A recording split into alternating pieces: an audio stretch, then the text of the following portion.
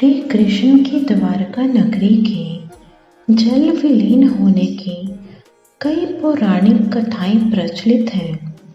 श्री कृष्ण की द्वारका नगरी के डूबने की मुख्य दो वजह मानी जाती हैं। हिंदू धर्म के 4 धामों में से एक द्वारका धाम को भगवान श्री कृष्ण की नगरी कहते हैं। द्वारका धाम गुजरात के काठियावाड़ क्षेत्र में अरब सागर के समीप स्थित है। श्री कृष्ण की द्वारका नगरी के जल विलीन होने की कई पौराणिक कथाएं प्रचलित हैं। भगवान श्री कृष्ण की द्वारका नगरी के डूबने के पीछे क्या वजह थी?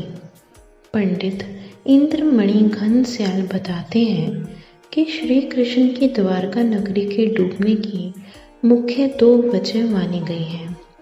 पहला कारण है गांधारी का श्राप।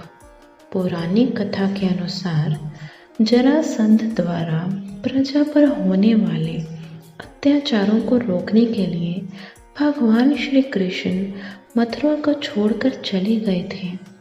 श्री कृष्ण ने समुद्र किनारे अपनी एक दिव्य नगरी बसाई। इस नगरी का नाम द्वारका रखा। माना जाता है कि महाभारत के 36 वर्ष बाद द्वारका नगरी समुद्र में डूब गई थी। महाभारत में पांडवों की विजय हुई और सभी कौरवों का नाश हो गया था। इसके बाद जब युधिष्ठिर का हस्तिनापुर में राज तिलक हो रहा था, उस समय श्री कृष्ण भी वहां मौजूद थे। तब गांधारी ने श्री कृष्ण को महाभारत युद्ध का दोषी ठहराते हुए भगवान श्री कृष्ण को श्राप दिया कि अगर मैंने अपने आराध्य की सच्चे मन से आराधना की है और मैंने अपना पत्नी व्रता धर्म निभाया है, तो जिस तरह मेरे कुल का नाश हुआ है, उसी तरह तुम्हारे कुल का नाश भी तुम्हारी आंखों के समक्ष होगा। कहते हैं इसी श्राप की वजह से श्री कृष्ण की द्वारका नगरी पानी में समा गई। दूसरा कारण था ऋषियों का श्राप। एक अन्य पौराणिक कथा के अनुसार एक बार महर्षि विश्वामित्र देव ऋषि नारद कड़व द्वारका गए।